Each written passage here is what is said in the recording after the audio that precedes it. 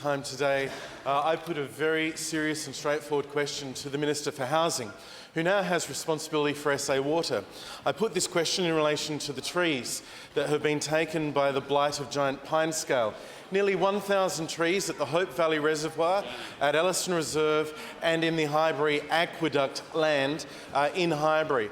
1,000 trees have been infected by giant pine scale, chipped up, destroyed to ensure that our forestry industry can be protected, an industry worth hundreds of millions of dollars to this state.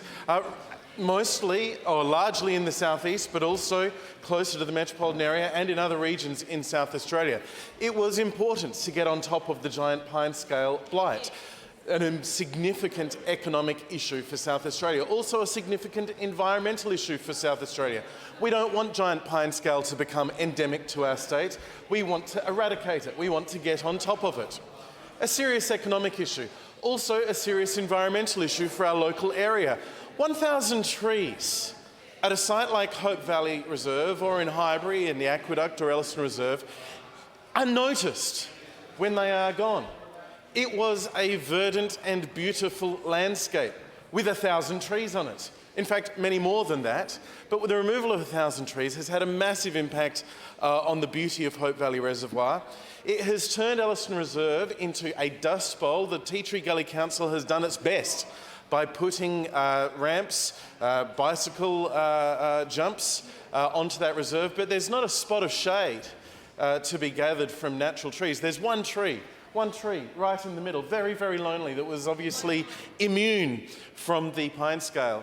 But as there is no trees there, and of course there's also been an impact to the amenity of the Aqueduct Reserve. We have suggested over a period of time opening up our reservoirs for more recreational use, and hundreds of thousands of people, in fact more than 1 million South Australians have now done that at different reservoirs since we've done that. It was described by the Minister as a niche project.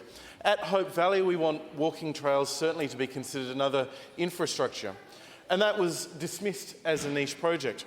That may be the government's view. It was their view in the past that they didn't want reservoirs opened up. That's a policy difference between the Labor government and the Liberal opposition. That's fine. I'm happy to have that policy difference.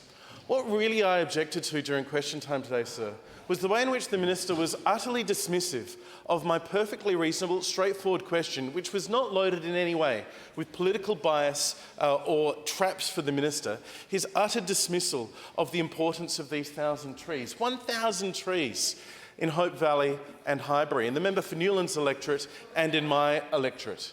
The significance of the loss of those trees actually is enormous. It's not something that the department is capable of doing, whether it's SA Water on the Hope Valley Reservoir land, whether it's the Tea Tree Council land across the road, or indeed the Department for Environment and Water land and the old Highbury Aqueduct Reserve.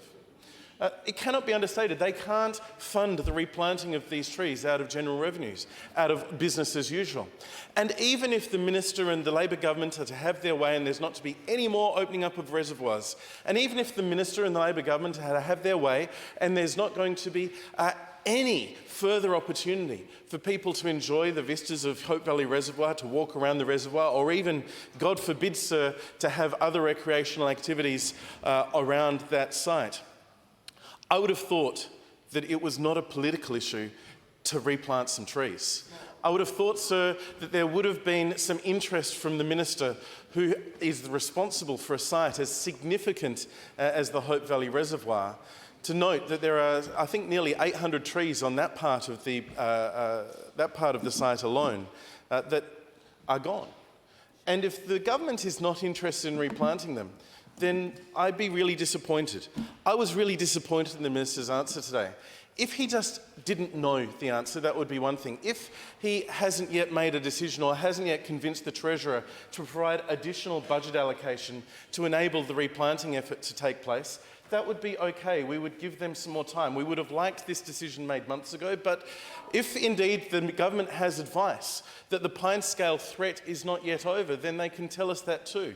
These would all be acceptable or reasonable answers, but no, it was the dismissal, the utter denigration of the nature of the fact of the question being asked at all, which I thought was really unsettling, really concerning and really disappointing.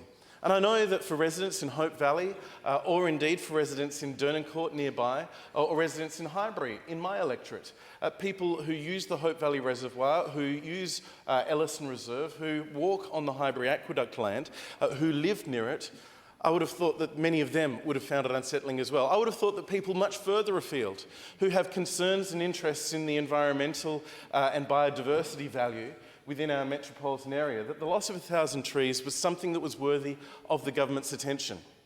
It wouldn't have come as a surprise to the minister or the government that this was an issue.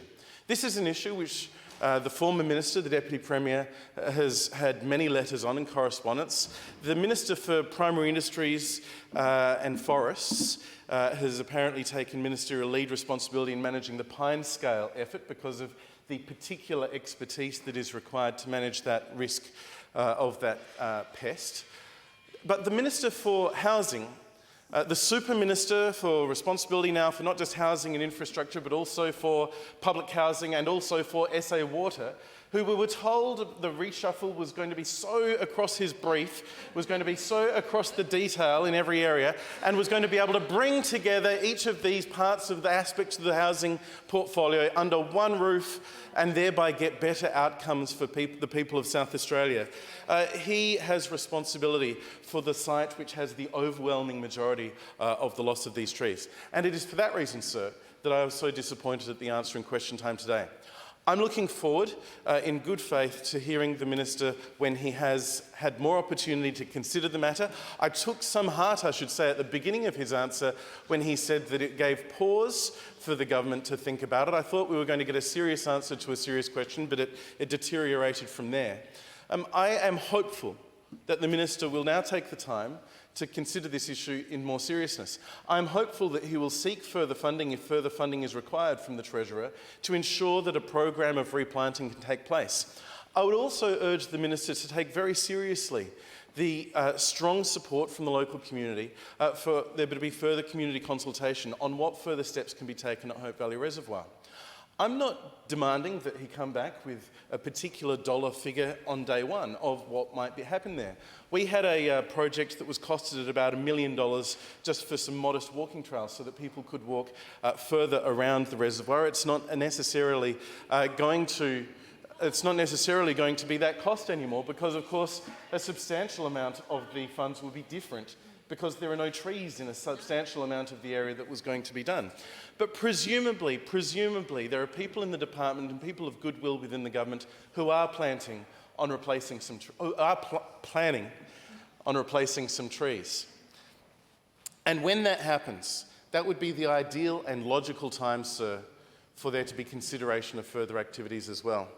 Because if you replant the trees without the further consideration happening, then it becomes much more difficult and much more expensive to do any further work if further work is to be done.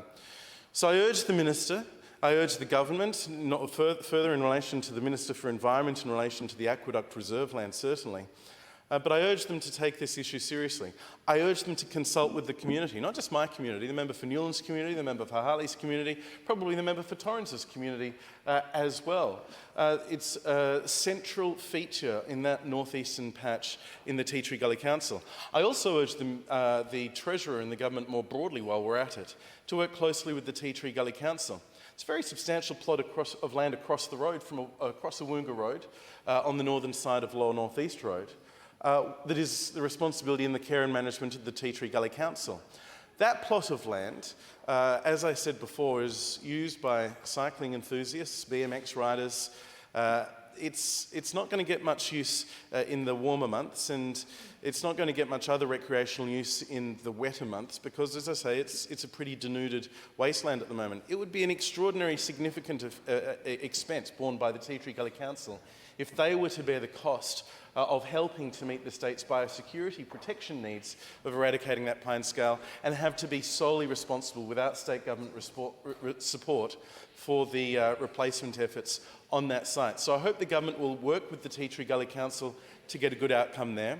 And I also hope that the Deputy Premier will take an interest in her patch of land at the Highbury Aqueduct Reserve and ensure that there is also some consideration given to replanting there. I think constituents in Highbury, the member for Newlands constituents in Hope Valley, I expect, and certainly the member for Hartley's constituents in Dernancourt, and I've spoken to the member for Hartley about this many times and he supports this strongly, would all value the government's interest and support for the replanting and potential further works in this area.